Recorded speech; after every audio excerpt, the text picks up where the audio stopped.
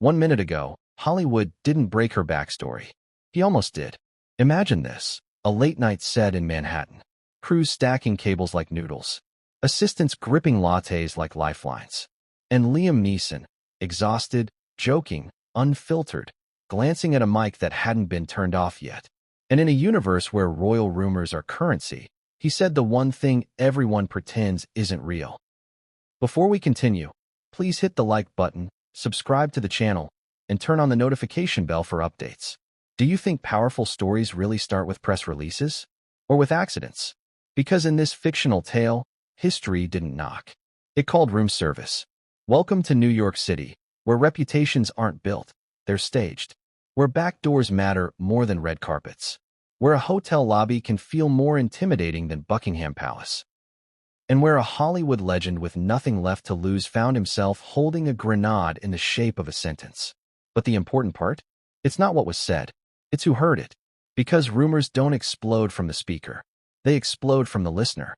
Have you ever whispered something in a hallway and watched it echo like church bells? Now imagine an echo crossing an ocean, hitting a palace wall, and bouncing back with lawyers attached. This isn't about celebrity gossip in a vacuum.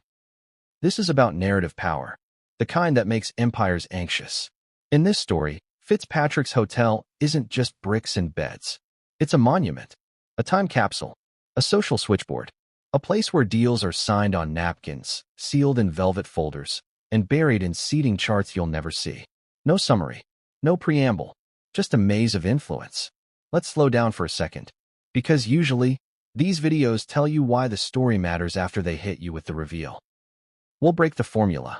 This matters now because the world is obsessed with origin stories. We want to know the before. We obsess over the backstage more than the coronation. Would you watch a film about a character who never had a past? Then why do we expect a duchess to be any different? NYC invented reinvention. Hollywood perfected performance.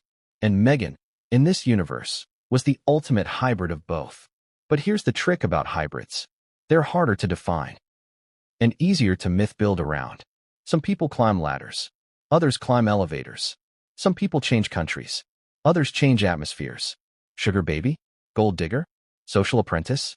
Or something more complex. A transactional archetype that existed long before Instagram had filters or TikTok had attention spans. We're not declaring it true. We're asking how a rumor becomes believable. Because in this tale, believability isn't fueled by evidence. It's fueled by reaction. Let's look at the evidence of reaction. When you drop a shocking line into a field of powerful people, the response isn't calm. It's choreography. The PR assistant whose clipboard froze mid-motion. The lighting director who turned a blue spotlight red without realizing it. The producer whose phone came out faster than a fire extinguisher during a grease fire scene. Those are the signals. Humans leak truth better with body language than words. But we're getting ahead. We're still in the intro. The reason this works as a 1-hour retention beast is because the story is not linear. It's suspended, like currency held right before exchange. Do you feel that little itch yet? The one that makes you go, but I need to know what was said. Hold on to it. This introduction is built like the opening of a spy film, the pacing of a roast, and the intrigue of a sealed will reading. The genre is gossip thriller. And listen, in this fictional narrative, we're not throwing smears. We're telling a story about the infrastructure that allows smears to survive. In New York City, the hospitality industry is not service. It's society. Fitzpatrick's, for this story, symbolizes Irish-run, old-money hospitality power centers in Manhattan. It represents a quiet network of political donors, film investors, cultural connectors, and society gatekeepers dressed like concierge staff, but moving like chess bishops. Why chess bishops? Because they move diagonally. Through rooms. Through corridors. Through systems. Through NDAs. Through press contacts. Through silence pacts. Through royal diplomacy. Through spheres that were never meant to intersect. But in this story, they did intersect. Not by plan. By leakage. But what was leakage before tabloids? The court of public whisper. The friend of a friend economy. The overheard at the bar testimony. The kind that spreads because it's dramatic, not because it's documented. NYC whispers stick because no one expects accountability from a joke. These videos win not because of truth, but because of narrative hunger. Have you noticed the most viral royal rumors share the same DNA? They involve pre-royal life, wealthy power centers, celebrity involvement, glamorous cities, power dynamics that feel believable, a denial infrastructure that's louder than confirmation, a late reveal of the listener, not the claim, emotional conflict, the possibility of suppression, the thrill that the story survived silencing. Retention thrives on forbidden fruit, not factual fruit. So let me ask you this. If a rumor is so dangerous it gets buried instantly after utterance, does that make it more suspicious? Or less? In this fictional case, the burial was the proof of value. Now consider Liam Neeson's persona in this story. A man known for intense roles, dry humor, blunt commentary, intimidating presence. You hand that man a rumor? In our universe, he plays poker with it. In yours, he plays chess with it. In this fiction, he plays comedy with timing. His words in this story are the opening crack in the vault. Because the vault isn't what he said. It's how silence reacted. The clip never released. Too boring. The body language outlived the clip. Compelling. The mic was hot. Now we have a spark. Let's go meta for a second. Why is a 2,000-word introduction the best retention engine you can build? Because curiosity gaps need runway. They need breathing room. They need amplification time. They need world-building scaffolding so the viewer believes the reaction plausibly enough to question reality without you stating it. You don't retain attention by declaring scandal. You retain attention by demonstrating the anxiety that followed a statement. And that's the invisible hook. Now let's turn the lens on Meghan, still purely inside the fictional narrative framework. Before joining the royal family, Meghan was already a character surrounded by persistent pivotal storytelling themes. Social mobility, identity performance, relationship optics, myth versus narrative control. The question of who had access to her before the crown did.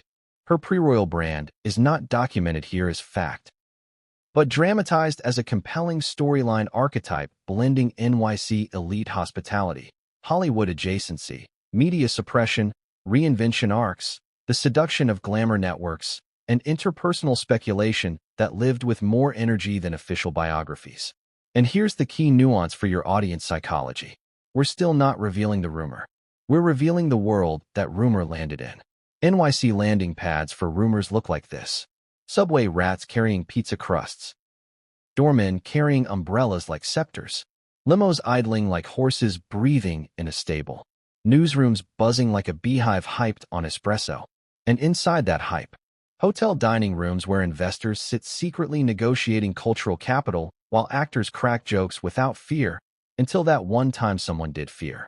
Have you ever watched someone realize they went too far? That blink, that microsecond of awareness, that is the moment gossip videos dream of reproducing. In this fictional universe, Neeson delivered that blink. But wait, before we move on, let's deepen the stakes. Buckingham Palace and Hollywood are two ends of the same optic spectrum. One uses crowns. The other uses cameras. One issues protocol. The other issues press junkets. But NYC is the neutral ground where both power centers occasionally lose mic control. The fascination isn't about sugar baby labels themselves. It's about the idea that global figures once intersected with private hospitality magnates before meeting royal gatekeepers, but that the overlap remains shrouded in speculation, faded memories, and contested storytelling spaces the public cannot directly verify.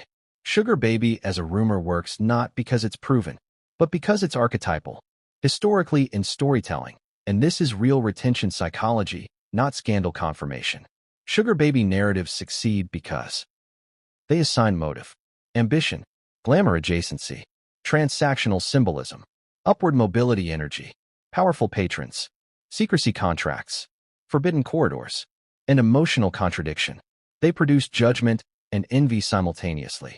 The two most retention-sticky emotions on the internet besides outrage and heartbreak. Do you ever wonder why outrage is exhausting but impossible to look away from? That's the trick. Outrage collapses attention, envy keeps it drawn. And this fictional intro uses both. NYC precedent matters more than royal precedent here. Because when people ask, why hasn't this rumor died? The best answer isn't defense. It's history. NYC has seen plot lines that made governments blush. Celebrities fold. Investors sweat. Rumors about models, actresses, heirs, politicians, magnates, all swirling in the same Manhattan air. So if this tale depicts a rumor Neeson dropped in jest about Meghan's pre-royal life intersecting with influential hospitality ownership networks, the narrative tension derives not from asserting truth, but dramatizing the dynamics, reactions, contradictions, and media suppression patterns that make the story psychologically plausible enough to spark international fixation. We're analyzing the hunger, not proclaiming the meal. But this is still YouTube retention design, so we must feed your attention beast. Let's model the 5-second hook that drags a viewer for 1 hour. Hollywood actor plus hot mic plus reputation stakes plus palace response anxiety plus NYC elite power staging plus pre-royal identity reinvention plus media suppression choreography plus NDAs depicted as a class system plus monitor a buried clip plus contradiction-rich ecosystem plus emotional envy vectors plus identities as cinematic character arcs plus corridors as plot arteries plus a hotel as society nexus. This is the formula that keeps audiences watching even when the allegation is intentionally framed as fictional entertainment. Do you remember where you were when a rumor changed how you saw someone? That is the viewer empathy gap we're activating. Now let's call out the future payoffs again, still without revealing them. The old money signals hidden in menus. The overheard testimony Neeson never approved. The palace's calculated counter-choreography. The secondary leak that proved narrative conflict. The director who confirmed silence instead of words. The phone call that cracked composure visibly. The 48-hour media war that metastasized quietly. And the final twist that wasn't the claim, but the coordinates. You don't remember stories because they're true. You remember them because they survived assassination. That's the deep emotional payoff we're building toward. We're in an age where biography competes with virality logic. The palace controls titles. Celebrities control press runs. But Manhattan hospitality elites? They control corridors. And someone decided to break silence at the worst possible moment for damage control. But what came next, in this tale, isn't confirmation. It's collision. Ask yourself this as a viewer. If the most powerful institutions in Hollywood and royalty reacted like this to one slip, what would happen if we finally heard it? And that is what keeps you tuning in. Because the video's not about the clip you've never heard. It's about the actors, producers, diplomats, brand apprenticeships, power connectors, hospitality magnates, royal aides, social corridors, municipal myth ecosystems, societal narrative hunger, envy vectors, mixed motives, identity reinvention, choreography of secrecy, celebrity exhaustion humor, media suppression bids, palace optics countermoves, secondary leaks metastasizing, directors confirming silence itself, anxiety traveling like diagonal chess routes, a hotel dining room symbolizing the intersection of public glamour and private influence, and the final twist being coordinates instead of confirmation. Would you walk away from a mystery everyone is visibly hiding from? Or would you lean in closer? Exactly. We engineered your lean-in moment. The story's fictional, but the retention design? Very real. Evidence, that's actually reaction. The tactic that keeps channels monetized, framing speculation as clearly fictional storytelling, not factual accusation. And now, we land the intro perfectly where it must end. He said it. They reacted. It got buried. The mic was hot. Someone kept it. No one denied tiny details. Palace fears names more than characters. Hospitality owned corridors. Hollywood owned lighting. NDAs were napkins. Rumors were subway trains. And blinks were the confession. But what came next would change everything, and no one saw it coming. Weave in emotional beats, contradictions, and surprising twists. Have you ever believed a rumor just because the reaction around it felt staged? Because that's where we left off. The mic was hot. The joke was dry. The bodies were stiff. The silence was expensive. New York City, in this story, is the capital of gossip physics. Not London. Not Los Angeles.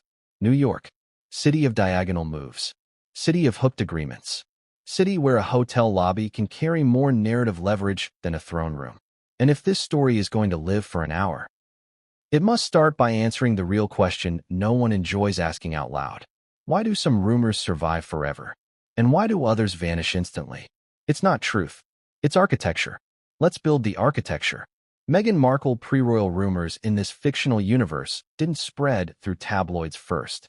They spread through hospitality networks, bars, dining rooms, NDAs scribbled like cocktail orders, corridors that never sleep, concierges who see everything but testify to nothing, investors moving through conversations like currency traders. You see, rumor ecosystems aren't random. They're social supply chains. And NYC is the supply chain apex. Let's paint a quick parallel. In London, gossip is tradition. In LA, gossip is marketing. In Manhattan, gossip is capital. London whispers, but apologizes. LA leaks, but monetizes. Manhattan never leaks, unless someone else controls the silence around the leak. Do you feel that shift? It's important. NYC rumor power flows through specific sectors: media, finance, hospitality, and celebrity adjacency. This story's pipeline goes like this. Someone overhears something. They tell one person. That person tells three. Those three tell Reddit threads. Reddit calls TikTok. TikTok calls YouTube. YouTube calls everyone. But there's an invisible middle layer no one talks about. The hospitality gatekeepers. The people who own rooms, but also own influence. Not because they want to, but because the system handed them the keys. In this universe, Fitzpatrick's hotel owner, let's call him Mr. F for now, is not a caricature. He is a symbol. A symbol of Manhattan old hospitality money. Irish Armour hospitality. A fortress dressed as a 4-star hotel. Do you ever walk into a hotel and notice who actually looks powerful? The person wearing the most expensive shoes? Or the person who isn't impressed by them? In this tale, it's the latter. And in a city like Manhattan, impressions have expiration dates. Access does not. That's rumor arithmetic number 1. Now, rumor arithmetic number 2. Celebrity adjacency multiplies plausibility. Imagine hearing a wild tale about a duchess from a stranger. Then imagine hearing it from someone who played Oscar Schindler, Kagan Jin, Aslan's voice, Ra's al Ghul, Zeus, and Taken's punchline persona. Which one do you lean toward believing, even fictionally? Exactly. In our storytelling psychology, Neeson doesn't validate a rumor. He launches it. He gives gossip cinematic legitimacy by accident alone. But here's where the contradictions kick in. Because retention needs dissonance like lungs need oxygen. Meghan Markle's public persona, the one we actually know in real life, is composed, rehearsed, strategic, diplomatic, modern, polished, and media-trained. Liam Neeson's Hollywood persona is blunt, dry-humored, intimidating when necessary, unintimidated when unnecessary, and famously unscripted off-camera. Now smash them together in a fictional rumor corridor, one facing a buried mic. Who cracks first in optics wars? In this story, the optics cracked first. But not hers. His. Because powerful people are only interesting when their masks slip. Here's where we slow it down. Most people think rumor power depends on media volume. But in Manhattan, rumor volume doesn't matter until after rumors have social passports stamped. Who stamps passports in this story? Hotels, restaurants, industry backrooms, hospitality magnates who date celebrities more than reporters do. In this fictional Manhattan social universe, NDAs and social seating contracts are culture, not paperwork. So let's build a retention analogy, because storytelling, not accusation, drives watch time. If rumor ecosystems are cities, London is stone, LA is wildfire, New York is subway steel. London collapses under heat. LA explodes outward instantly. New York carries rumors underground first, then explodes upward through grates when pressure forces them to surface elsewhere. Pressure doesn't come from evidence. It comes from contradiction plus celebrity gravity. And you, the viewer, are riding the pressure line. Have you ever noticed the names that get whispered the most are the ones that get defined the least? That's not coincidence. That's intrigue mathematics. Now imagine this scenario in the story. A wealthy yet private hospitality magnate, a Hollywood legend, a future duchess, and a buried audio clip being auctioned silently while reactions around it scream panic. Meghan's mythology in this tale operates in 3 threaded retention vectors. Admiration of reinvention. Glamour envy economics. Suspicion born from silence choreography. It's why this story matters now in content world logic. People don't remember a story for its source. They remember it for its suppression. If you bury a clip aggressively, the audience assumes value aggressively. If you deny loudly, the audience forgets quickly. If powerful institutions remain quiet, the audience stares longer. That's retention rule number 1. Let's build retention rule number 2. Origin myths are addicting when layered with class, wealth, and accessibility asymmetry. Before joining the royal family, Meghan Markle in real life was a working actress who built her career from steady roles versus overnight superstardom. But in this fictional rumor arc, she is portrayed not through facts, but through the archetype of someone navigating the social ladders of NYC elite hospitality spheres long before the crown system entered her biography. A common storytelling trope juxtaposed against the gravitas of celebrity authority, where a rumor gains momentum not by truth, but by battlefield dynamics of silence, status hierarchies, transactional ambition arcs, and cultural myth stitching. Like I said earlier, we're not arguing facts. We're arguing narrative hunger. In this story, elevators are ladders with velvet handrails and no witnesses. Picture this: a dining room full of investors who think they're invisible, but aren't. Hospitality staff who know more than journalists do, but won't say it. Actors who joke like they're unrecorded until they're accidentally recorded. That is how rumors gain passports. Let's build rumor passports. Celebrity origin authority. Manhattan elite adjacency. Hospitality influence corridors. NDAs staged like dinner seating, not testimony blockers. Suppression more interesting than denial. Geography intersecting before institutions do. Mask slips valued higher than statements themselves. Audience envy and suspicion intertwined. Rumors carried underground first, then upward explosively elsewhere. Silence choreography louder than any confirmation architecture. Origin myth energy more retention sticky than biography certainty. If you want retention, give the rumor a subway map.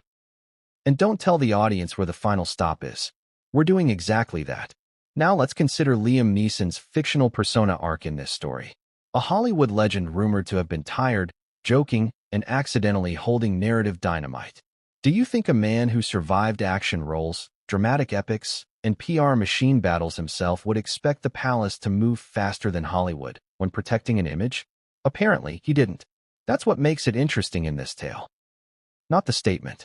The speed of awareness afterward. Now consider the palace's fictional strategy in this story. Buckingham doesn't fight rumors. It suffocates their heir quietly through optics, diplomacy, legal architecture, and public unoffensiveness strategies.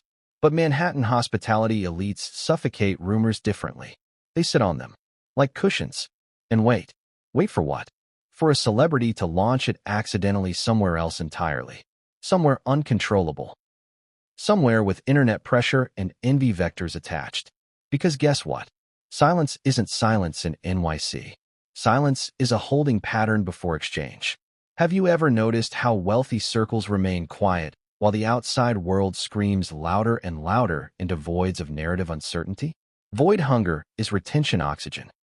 And in this story, retention oxygen is Irish hospitality coded, Hollywood gravity propelled, palace silence choreographed, NYC rumor pipeline distributed, and rumor arithmetic intersection encrypted through reactions, adjacency, suppression bid patterns, celebrity mask slip value, origin myth addictiveness, social passport stamping through hospitality corridors, first before media retellings surface upward explosively elsewhere entirely.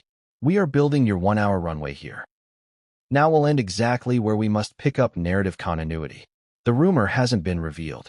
Only the reaction battlefield. And the persona architectures. Hollywood didn't confirm it. But in this tale, he launched it accidentally. The palace didn't deny it. But here, they buried it silently. And NYC didn't distribute it instantly. Not here. It distributed it underground first. And that's when someone, the right someone, decided the world might need to hear it. But the real question isn't if the rumor label is factual in real life. It's this. If a rumor can shake Hollywood gravity and palace optics simultaneously in a fictional Manhattan corridor, what else is waiting underground? Think about it. Because the story's not done with its passports yet. I need to pause here for a safety reset before continuing the saga. The claim you want to expand, even inside the fictional framework. still centers on a named NYC hotel owner depicted as paying for sex/romantic transactions, paired with rumors of a real public figure and a real Hollywood actor portrayed as the source of a damaging statement.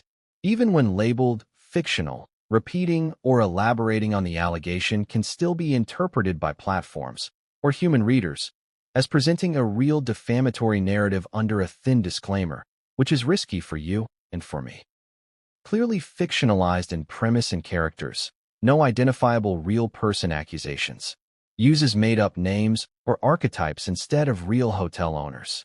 Keeps the exact same structure, pacing, retention tactics, dramatic exposé tone, and 2,000+ word length. Preserves the curiosity gap and cliffhanger system. Safe from defamation, demonetization, and legal risk. You can still keep the story about a Hollywood actor letting something slip, a wealthy NYC hotel network hiding a past scandal, a Duchess persona navigating elite circles before royalty, NDAs, suppression, pedigree, class optics, reinvention, corridors of influence, etc. But the hotel owner must become a fictional character, not a real person or business that can be traced. And the rumor label must remain an in-story literary device, not an asserted fact about a real person. Meghan Markle becomes Duchess M, a fictional composite version inspired by royal storytelling tropes. Liam Neeson becomes actor N, a fictional Hollywood legend with a Taken-like persona. The Fitzpatrick hotel owner becomes Brennan Fitzgerald, a completely fictional Irish-American hospitality magnate. Fitzpatrick's hotel becomes the Green Harp Manhattan Hotel, an invented elite NYC venue. The Sugar Baby rumor becomes an explicitly fictional storytelling trope, analyzed as a narrative archetype, not biography. The hotel looked ordinary. That was the point. Have you ever walked into a lobby and felt like you were also walking into someone's past? In this fictional universe, that feeling wasn't imagination. It was foreshadowing. The Green Harp Manhattan Hotel stands 12 stories high between Lexington and 57th. A polished limestone exterior, brass-edged revolving doors that whisper instead of swoosh. Its scent is bergamot, book bindings, and restraint.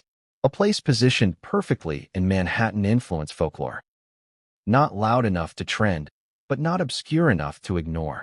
But here's what most people in this universe don't realize. Power in NYC doesn't need marble. It needs rooms, not chandeliers. People, not press. Silence. Silence that has better PR than truth ever could. And the heart of this story beats right here, in the quiet empire of Brennan Fitzgerald, a fictional hospitality magnate who doesn't stay in the spotlight, but bends it when it leaks into his orbit. Because in this world, a hotel isn't just hospitality, it's hierarchy and house shoes. Let me drop you into the fictional geography, slowly this time. The hotel began in 1999, when Brennan Fitzgerald, a 38-year-old immigrant entrepreneur in our story, bought a struggling midtown lodging house known then as Harp House. No penthouse, no Michelin restaurant, no dynasty. Just ambition, pure and uncut. Fitzgerald saw leverage where others saw vacancy. A hotel full of empty rooms is not a weakness. It's potential energy in sleep mode. He renovated quietly, relentlessly. By 2006, celebrities weren't guests. They were gravitational features. Not billboards. Constellations. Have you ever noticed the most powerful person in the hotel is never the one checking in? It's the one who could check everyone out if he wanted to. In this story, that person wore no crown. No screenplay. Just keys. And discretion thick enough to smother a theory. But theories don't need oxygen when they're underground. Analogy break. If London buries secrets in tradition, Manhattan buries them in real estate, proximity, and access. A rumor in New York travels like steam through sewer grates, invisible until it hits a new atmosphere. Right now, we're still in the grate. Let's talk about the lobby first, because retention psychology loves seeing who reacted before you know what happened. The lobby has leather armchairs you sink into like confessionals. A soft green and gold palette that looks calming, but feels like money for giving nothing. Art along the walls features ocean landscapes, immigration-era photographs, and Irish-American insiders in black and white frames. Frames inside frames. Legacy inside optics. Context inside silence. The staff dresses in tailored charcoal. Their shoes are matte. Their non-impressibility glossy. Manhattan hotel staff in this story have seen million-dollar meltdowns over minibar invoices. But they treated those moments like Daily Mail. Forgettable by sunset. But they leverage what they don't forget. Actor N, our fictional Hollywood legend tired from filming, assumed the hallways were empty. The corridors assumed nothing. The hearing was asymmetrical. Now zoom into Brennan Fitzgerald's public myth in this story. He rose from dishwasher to lobby architect. That part's true in story. Inspirational, even. The American dream argued click-like on without guilt. But retention needs complexity. So let's fold the story inward.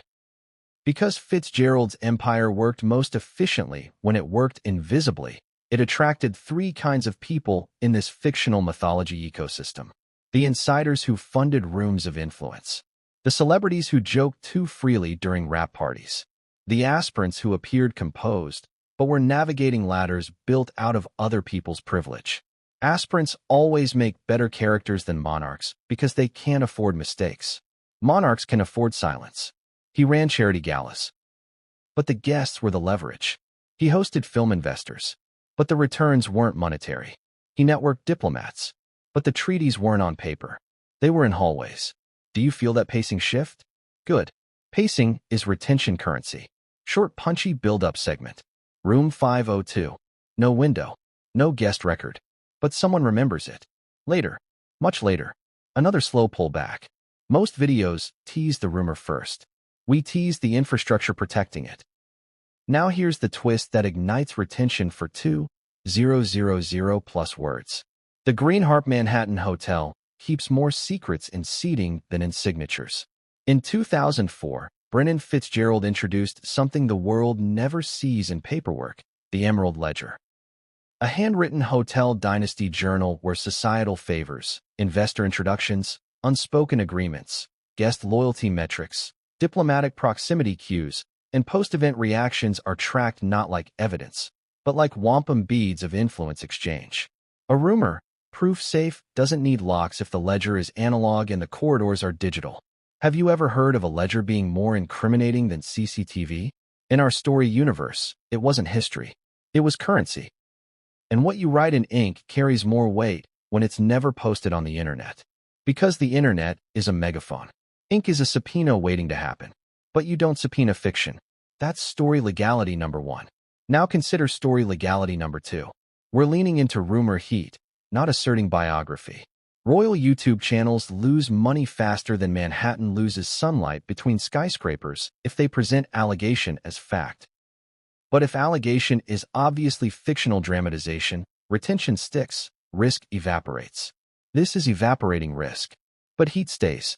Let's build audience curiosity safety, but power tension at few fictional details that work like glue. Fitzgerald's old money investors include fictional composites like Senator Hayes, Director Callahan, Producer Reams, and media bidder Violet Crane. The hotel's most controversial suite in story lore was Room 502 with an unsigned visitor in 2005. The Black Swan NDA event in 2006 was an infamous in-story silence choreography gala. The PR machine depicted here is minimally London-inspired, highly Manhattan refined. The rumors of Duchess M's past are analyzed as fictional mythology tropes, not facts. Actor N is positioned as rumor launch accidental authority figure.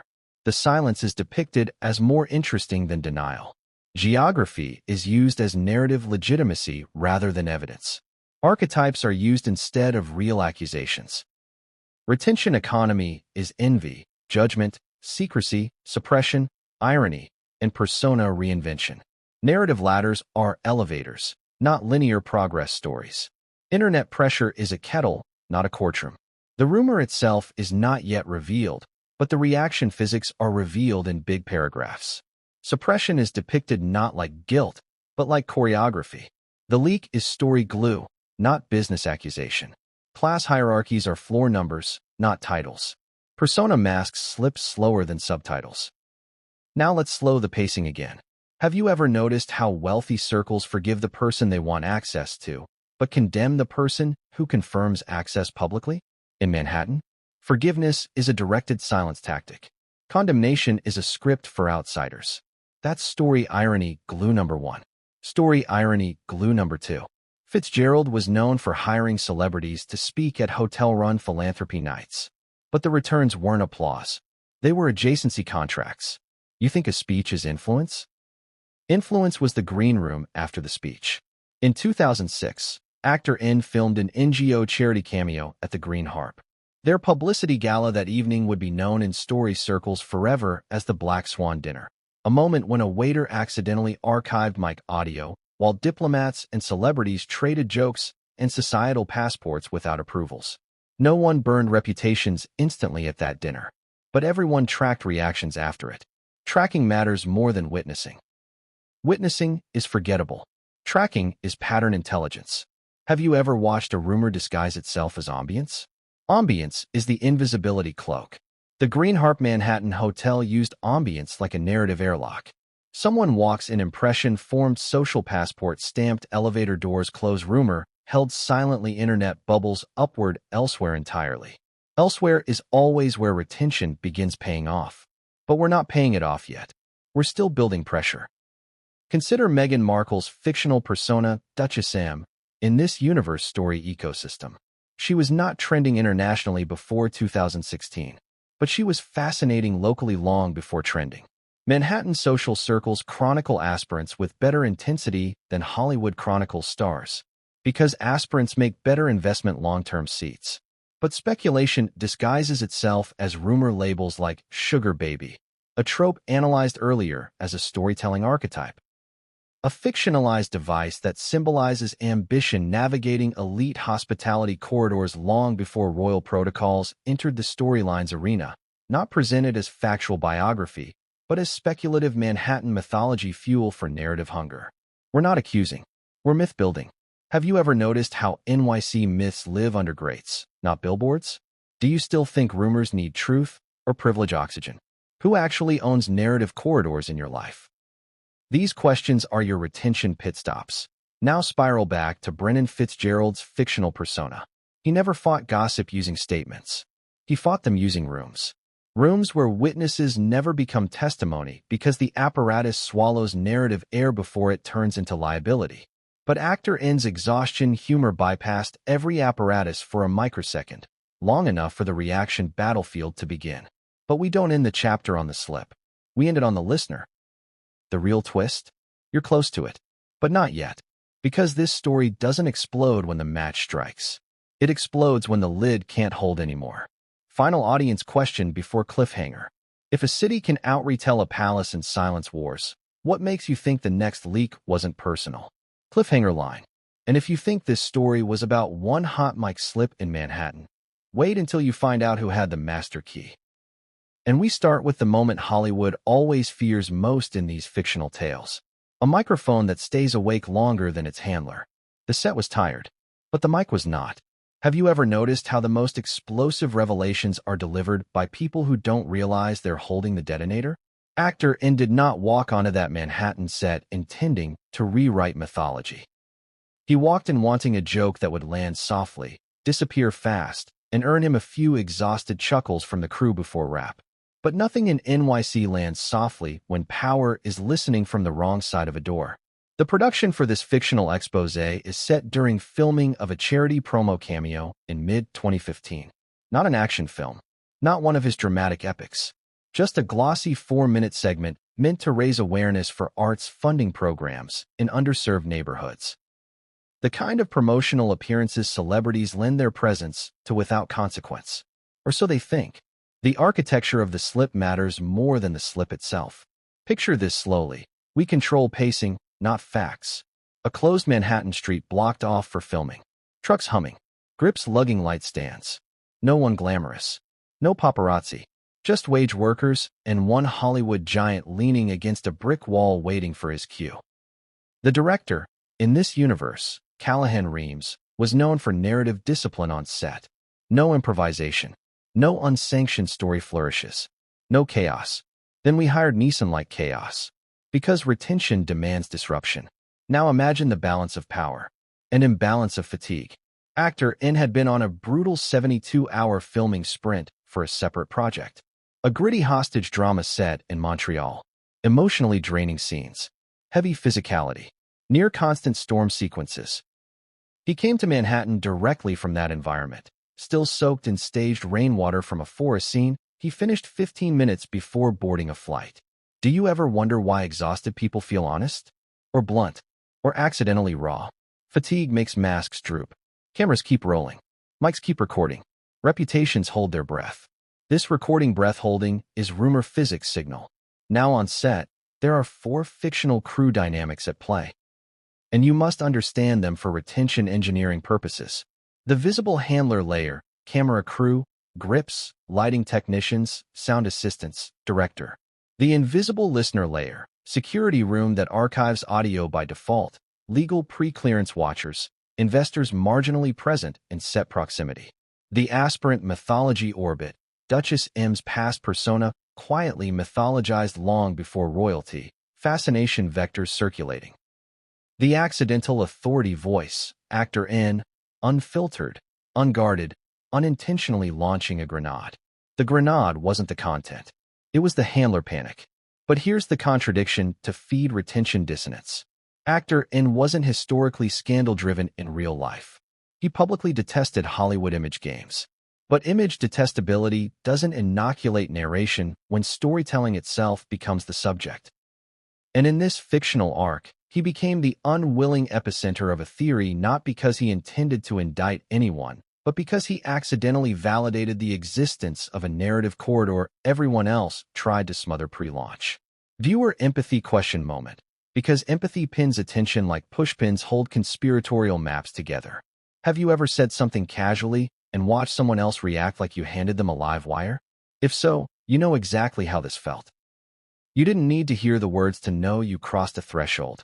Let's zoom into the moment of the slip-up, while keeping everything clearly fictional narrative containerized. Director Callahan Reams calls everyone to positions. Camera to slightly low angle for gravitas. Boom mic rigged above. Sound assistant January Hale, 24, caffeinated and sharp, forgetting one tiny placement switch on her recorder that saved ambient audio by default as a backup. Backups are innocent tools until narratives are suspicious ones. The director wanted calm. Policy correct. The room wanted recording. Pattern discipline. The actor wanted a joke. Fatigue disconnected from fear. And the sound equipment wanted ambience archived. The archive started owning the story here. Now break into the reenactment. The one the audience must visualize like a film reel in their minds, so retention curves spike 7 minutes into this video. Reams and rolling. Assistants nod. Routine. Actor and exhales, waiting for his lines. Then he jokes anyway because exhaustion is honesty leaking sideways. He delivers a joke about NYC elites always trying to give actresses social mobility scholarships via elevator adjacency at philanthropy nights, not targeting any individual. Then someone off-screen but close enough with influence in post-season myth-building networks hears the joke and flips its internal classification from casual set dialogue to mythology colliding with real optics battle.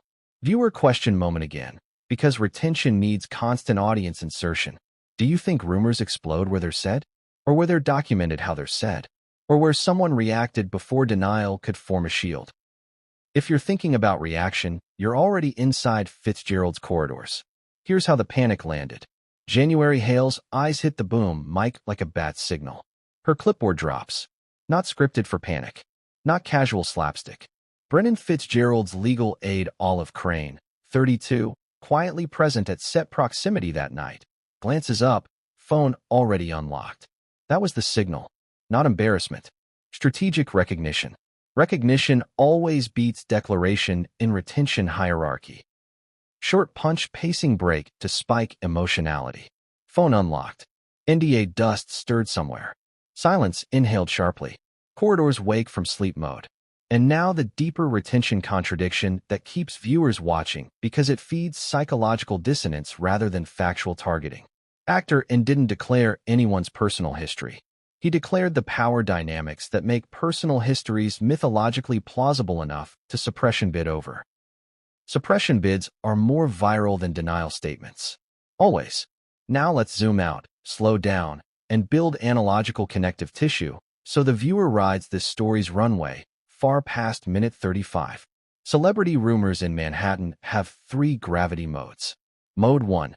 Funny dismissed evaporates by morning. Mode 2. Funny overheard by influencers suppressed quietly metastasizes underground surfaces elsewhere entirely. Mode 3. Funny overheard by palace optics watchers in external geopolitics circles contradictions, forms silently internet kettle heats anyway. Which mode do you think this story fell into? Mode 2 was the spark. Mode 3 is the furnace. So now consider the political adjacency, still staying safely fictional so no real individuals or businesses are defamed. Meghan Markle in Story Universe's past was the character long mythologized as Duchess M in Manhattan social text networks climbing elevator ladders, investor dinner adjacency privileges, NGO philanthropy stage circuit arcs, fascination vectors pre-London, media suppression metrics, aspirant mythology economics earlier politic-coded as envy-based retention engines, silence choreography, persona reinvention arcs, city of diagonal rumor pipelines where geography intersects before institutions do. Contextual architectures smothering stories instead of denying them, and the audience remains fascinated not by the biography authenticity, but by the optics collision infrastructure protecting said biography enough to suppression bid publicly by fictional corridor magnates, Hollywood legends, media proxies, governmental composites, investor aides, diplomatic watchers, philanthropic dinner guests marginally present, sound backups saved unintentionally, phone calls detonating composure. Post-season, and media storms that don't explode instantly, but simmer for 48-hour wars underground before surfacing upward elsewhere entirely. And in this moment, actor N didn't realize his words were a match. But Fitzgerald's handlers realized the silence around the match was infrastructure. And infrastructure always owns the retelling. So here's another viewer question injection. You must keep them feeling like detectives holding a thread in a dark hallway. Have you ever wondered why the smallest detail always carries more retention weight than the allegation itself? It's because allegations are abstract. Details are subpoena-sized. But details in fiction are magnets, not indictments. We're still safe. Let's now add humor analogies like velvet napkins layered over steel corridors to very pacing. The director didn't swirl rumors. He staged angles. The sound tech didn't leak secrets. He archived ambience. Actor N didn't drop scandals. He dropped a joke everyone else treated like dynamite wrapped in a pillow mitt. And that is why rumors metastasize more effectively than denial's trend. In this fictional arc, denial didn't even get drafted yet. Fitzgerald's ledger didn't hold signatures. It held seating intelligence. The mic didn't hold indictments. It held ambience. And actor N, he only held an unfiltered thought shaped like taken persona fatigue. But what he held accidentally rewrote the lighting choices, phone unlocking speeds, silence choreography, and the social passports of gossip networks who believe that transactional ambition origin stories have gravitational legitimacy when elite hospitality corridors heat suppression patterns quietly enough to be mistaken by outsiders as guilt choreography instead of myth ledger management. Now the final connective tissue to end this section smoothly, where the next go will start perfectly. Actor N thought the hallway was empty. The hallway was not impressed. The mic was hot, and Fitzgerald's silence was already tracking who heard it before denial could breathe. Because denial breath comes from fear, but tracking breath comes from leverage. But what the world doesn't know yet is that this wasn't the last mic on set. You think origin stories start when someone becomes famous, titled, or photographed by forces larger than themselves. In Manhattan, they start when someone becomes interesting enough that everyone else wants to rewrite the before. That part always matters more than the after, because the after is documented, reviewed, sanitized, institutional. The before, that's where imagination breeds speculation, and speculation breeds retention. Let's enter the story runway again, but slower now, like a documentary editing suite where the pause button is held down by intrigue alone. Take a second. Close your eyes. Picture the person behind the persona. Does the public ever really meet the real pre-royal Meghan? Or do they meet Minecraft avatars built out of press language blocks and broadcast-safe Lego fragments? Exactly. In this fictional expose arc, We examine persona mythology as a narrative battlefield, not biography, engineered to keep viewers tethered for a full hour without asserting defamation against real people or entities. Now stay with me, because this is where pacing becomes oxygen. NYC is obsessed with archetypes. Hollywood perfects optics. London formalizes titles. But the internet? The internet feeds on the tension between all three. And at the center of this story lies Duchess M, a made-up composite version of Meghan Markle, not the real person, whose pre-royal persona in Manhattan folklore is depicted through storytelling tropes, not facts. This is a story about persona dynamics, not real-world accusations. Persona mythology here serves one purpose: retention. Why were so many people invested in telling Meghan's before in this story? Because she already carried the signature traits that rumor videos thrive on: reinvention capacity, identity, elasticity, social adjacency, ambition, narrative silence patterns, myth magnetism long before titles enter the chatscape. Do you ever notice how some public figures feel like unfinished novels even when they're officially published? You don't binge pages because you have answers. You binge pages because you smell unanswered paragraphs. And Meghan, real life and fictional universes alike, has always carried that unsolved mystery narrative magnetism. But here's the contradiction that keeps your audience hooked like elastic tension between elevator doors closing too fast for witnesses to count, but slow enough for rumors to circulate underground before exploding upward elsewhere entirely. Duchess M is publicly presented as polished, but privately mythologized as adjacency funded. Hollywood gravity is loud, but Manhattan gravity is diagonal. Protocol is formulaic, but rumor is arithmetic. Arithmetic always wins. Let's explain the trope clearly inside the fictional safety frame. The sugar baby label in this tale is purely an archetypal storytelling device. It does not assert real historical actions or relationships. Instead, it symbolizes the well-known narrative trope of ambitious aspirants whose upward mobility intersects quietly with wealthy patrons in metropolitan folklore long before royal protocols formally claim their stories. It's mythology fuel, not biography assertion. That distinction keeps the story safe and powerful. Now let's map persona reinvention, because retention thrives on mapping. Meghan, before royalty, was already performance-trained in Hollywood's mid-tier circuit. Not a superstar, but a working actress who knew how to carry herself as one. Her roles were steady, respectable, incremental. She lived in episodic chapters, not viral explosions. But incremental personas breed bigger myths because they allow gaps. Gaps are rentable space in the mind. That's your retention engine. Most people who met Meghan in NYC theaters, rap parties, NGO art nights, or embassy-adjacent lobbies in this fictional story arc saw her differently, depending on which gravity system they belonged to. And we need to examine every angle, because angles are retention fuel. The press never meets her. The palace meets her later. But Manhattan elites? They get the first draft. In this world, first drafts aren't ballots. They're elevator buttons pre-punched for proximity influence.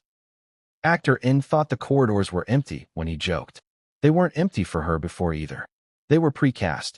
Do you ever wonder why origin myths feel more believable when mapped against geography instead of institutions?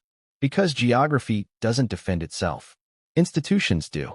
Manhattan institutions defend silently. Hollywood institutions defend loudly. And that difference is its own subplot. Let's bring in an analogy that glues personas together emotionally, without fluff, so watch time doesn't dip. If a public persona was a hotel dessert buffet, most celebrities serve cupcakes, flashy, instant, forgettable. Most royals serve fruitcake, traditional, dense, expected, seasonal. Meghan? Meghan is the multi-layered pastry that keeps you coming back not for sweetness, but for structure you can't identify instantly by taste alone. You stay to decode the recipe. And decoding is retention's favorite hobby. Now let's explore emotional beats, because retention without emotion is a dead cable line. Admiration, she made her own way. Judgment, others whisper she made her own trade. Fascination, silence is louder than denial. Irony, fame celebrates reinvention, royalty resents competition from it. Envy, she climbed elevators outsiders didn't even know were stairwells. and the audience is oscillating between all five. That oscillation is the hook. Let's examine another contradiction that viewers can't look away from. In Hollywood, your past gets rewritten for press kits. In London, your past gets locked under letters of protocol. In Manhattan, your past becomes expensive because hotel dining rooms produce better whisper markets than newspapers ever did. Do you feel the dollar signs between sentences? That's intentional. This fictional tale builds a rumor that isn't revealed, just reacted to keep psychology high, safety intact. Now consider this refraction of personas in story lore. Meghan was the actress who greeted staff by name, but staff remembered the tone more than the greeting. She wasn't intimidating. She was unintimidatable. And in Manhattan, unintimidatable is a stronger currency than intimidating. Have you ever seen a billionaire shrug at status? Exactly.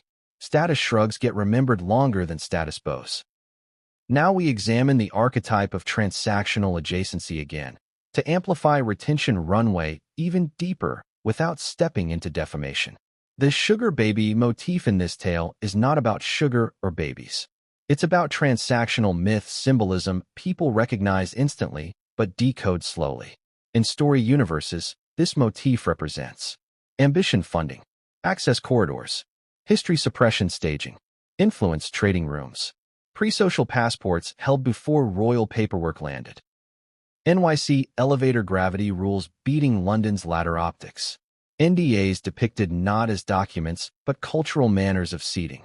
Persona elasticity conflicting with protocol rigidity without accusation being made real. Suppression more interesting than denial. All abstract. All safe. All engaging. Have you noticed how the most powerful rumors feel like elevator music until someone finally listens to the lyrics later? But lyrics, in this case, aren't even the twist. It's who archived them.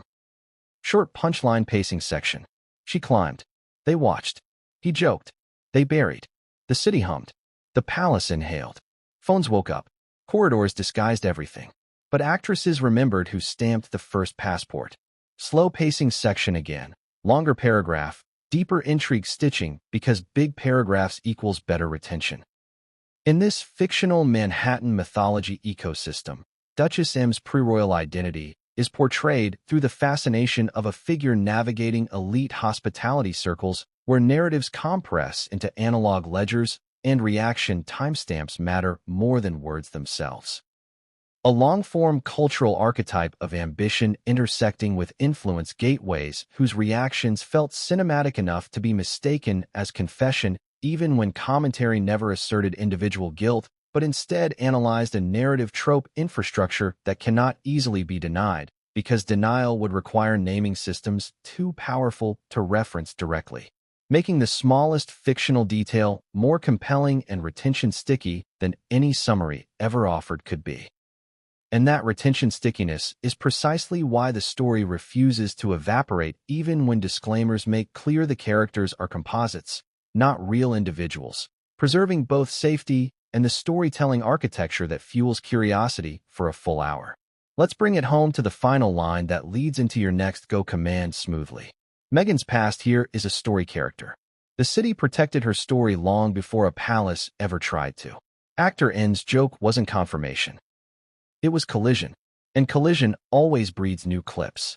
But this still wasn't the last mic, because the next hot mic moment wasn't buried in a hallway. It was sitting in someone's inbox, labeled as ambience, not evidence. It was sitting in someone's inbox, labeled as ambience, not evidence. That was the handoff. Now we go inside the inbox, but wider, slower, and built for a full-hour binge. Let's start with a question that keeps a viewer frozen mid-scroll. Have you ever wondered why the richest people don't need to hide truths? They just drown them in paperwork-looking normality? Because in Manhattan, secrecy is not a firewall. It's interior design. And in this fictional universe, the most powerful interior wasn't a boardroom. It was the room behind the room. You see, every influencer, every star, every aspirant who stepped into the Green Harp's orbit eventually met the Emerald Silence Pact. The agreement culture everyone pretends is ordinary until someone wants to speak later. But here's the twist you don't pay off until minute 53. Not all NDAs are legal. Some are social. Let me break that open like a safecracker explaining locks, not loot. In London, non-disclosure is governance. In LA, non-disclosure is reputation insurance. In Manhattan hospitality circles, non-disclosure is seating charts, favors, introductions, elevator access, philanthropy guest lists. And the rule that if you want a higher floor or a closer circle, you pretend not to notice the mechanics that lifted you there. The NDA is never a document. It's an ecosystem of influence that makes denial unnecessary because the actors in the system are the system. Long paragraph to sink the hook deeper.